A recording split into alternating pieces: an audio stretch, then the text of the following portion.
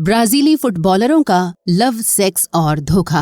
Brazil की team ने आखिरी बार 2002 में फीफा फुटबॉल विश्व कप जीता था। उस चैंपियन टीम के कई खिलाड़ी अपने निजी जीवन के विवादों के चलते भी रात गहरी होती जा रही थी और रोनाल्डो नाइट क्लब से पार्टी करके घर लौट रहे थे। तभी उन्हें कुछ शरारत सूझी। घुटने की सर्जरी के बाद रिहैब के लिए अपने होम टाउन में रह रहे रोनाल्डो ने उस रात को और रोमानी और यादगार बनाना चाहा। अचानक उन्होंने गाड़ी की स्टीयरिंग मोड़ी और अपनी पार्टनर को उनके घर छोड़ने के बाद एक बार फिर नाइट क्लब का रुख किया। अपने जमाने का सबसे खतरनाक स्ट्राइकर उस रात पूरी मस्ती के मूड में था। नाइट क्लब पहुंचकर रोनाल्डो ने 3 प्रोस्टिट्यूट्स को अपने साथ चलने का न्योता दिया और उन्हें लेकर एक मोटेल पहुंचा। वहां उनके नाम से कमरा पहले से ही बुक था। ब्राजील में प्रोस्टिट्यूशन गैर कानूनी नहीं है। ऐसे में रोनाल्डो कुछ भी गलत नहीं करने जा रहे थे। लेकिन जब वे अपने साथ आई तीनों प्रोस्टिट्यूट्स के करीब पहुंचे तो चौंक गए। तीनों ही लड़कियों के भेष में लड़के थे। फिर हंगामा मचा और मामला पुलिस के पास पहुंच गया। रोनाल्डो ने उन 3 लड़कों पर ब्लैकमेलिंग करके पैसे ऐंठने का आरोप लगाया। वहीं उन लड़कों ने रोनाल्डो पर पैसे नहीं देने और मारपीट करने का आरोप जड़ा।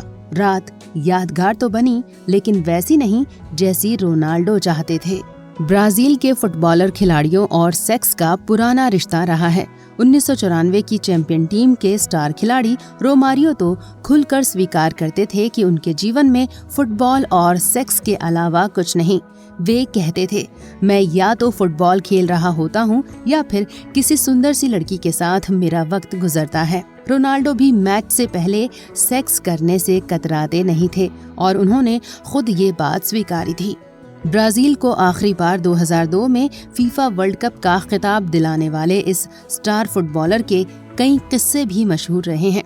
लेकिन दिलचस्प ये है कि 2002 की दिग्गजों से भरी उस चैंपियन टीम के ज्यादातर खिलाड़ियों के जीवन में लव, सेक्स और धोखे का कॉकटेल रहा है। आपको रोबर्टो कार्लोस तो याद होंगे ही। साल 1997 में फ्रांस के खिलाफ गोल पोस्ट से 41 मीटर की दूरी पर मिली फ्री किक पर गेंद को 135 किलोमीटर प्रति घंटे की रफ्तार के साथ हवा में कर्व कराते हुए जाल में उलझा दिया था। ये फुटबॉलर जितना इस फ्री किक के लिए फेमस हुआ, उतना ही अपनी निजी सेक्स लाइफ के लिए भी। उनकी सेक्स लाइफ कैसी रही होगी, इसका अंदाजा आप इस बात से लगा सकते हैं कि उन्होंने 7 अलग अलग लड़कियों से शादी की थी और इनसे कुल 11 बच्चे हैं। हालांकि ऐसा भी नहीं है कि 2002 की चैंपियन टीम में सारे ही खिलाड़ी सेक्स के पीछे भागने वाले थे। कुछ ऐसे भी थे जो प्यार के नाम पर अपने करियर को भी दांव पर लगाने से पीछे नहीं हटे। क्लेबर्सन युवा थे तब, महज 22 साल उम्र थी। 2002 विश्व कप टीम के सदस्य थे तो यूरोप के क्लबों के बीच उन्हें अपने साथ जोड़ने की होड़ मच गई। प्रीमियर लीग में खेलने के उन्हें कई ऑफर आए, लेकिन उन्होंने तब सारे ऑफर ठुकरा दिए। कारण थी उनकी गर्लफ्रेंड।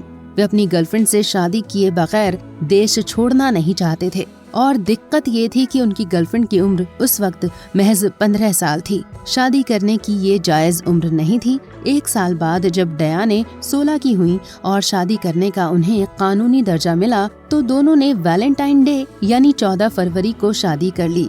क्लेबर्सन के इस फैसले पर उस वक्त कई लोगों ने हैरानी जताई, करियर के लिहाज से गलत भी कहा, लेकिन इश्क में डूबे क्लेबर्सन ने वही किया जो उनके दिल ने कहा। इसका नुकसान शायद उन्हें उठाना भी पड़ा। उनका अंतर्राष्ट्रीय करियर उतना चमकीला नहीं रहा जिसके वे काबिल थे, लेकिन क्लेबर्सन को इसका अफसोस कतई नहीं। वे अपनी पत्नी डायने और 3 बच्चों के साथ खुश हैं।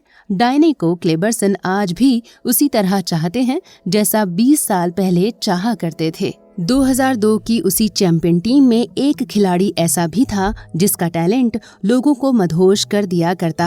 अपने कुदरती हुनर के दम पर उसे दुनिया पर राज करना था, लेकिन धोखाधड़ी के मामले में वो जेल की हवा खा बैठा।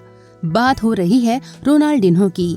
एक आइलैंड खरीद कर वहाँ खूबसूरत लड़कियों के साथ वक्त गुजारने और एक साथ 2 लड़कियों के साथ शादी करने वाले रोनाल्डिन्हो किसी कार्यक्रम में शामिल होने के लिए फर्जी डॉक्यूमेंट के सहारे पराग्वे पहुंचे थे। उनका फर्जी पासपोर्ट पकड़ा गया और पराग्वे पुलिस ने उन्हें सलाखों के पीछे डाल दिया। हालांकि 5 महीने की कैद के दौरान और जेल से बाहर निकलने के बाद रोनाल्डिनो को देख कभी ऐसा नहीं लगा कि उन्हें अपने किए पर पछतावा है। मौजूदा समय में ब्राजीली टीम में शामिल फॉरवर्ड रिचार्लिसन उभरते सितारे हैं। ग्रेट रोनाल्डो की 9 नंबर की जर्सी का उन्हें ही असली उत्तराधिकारी माना जा रहा है।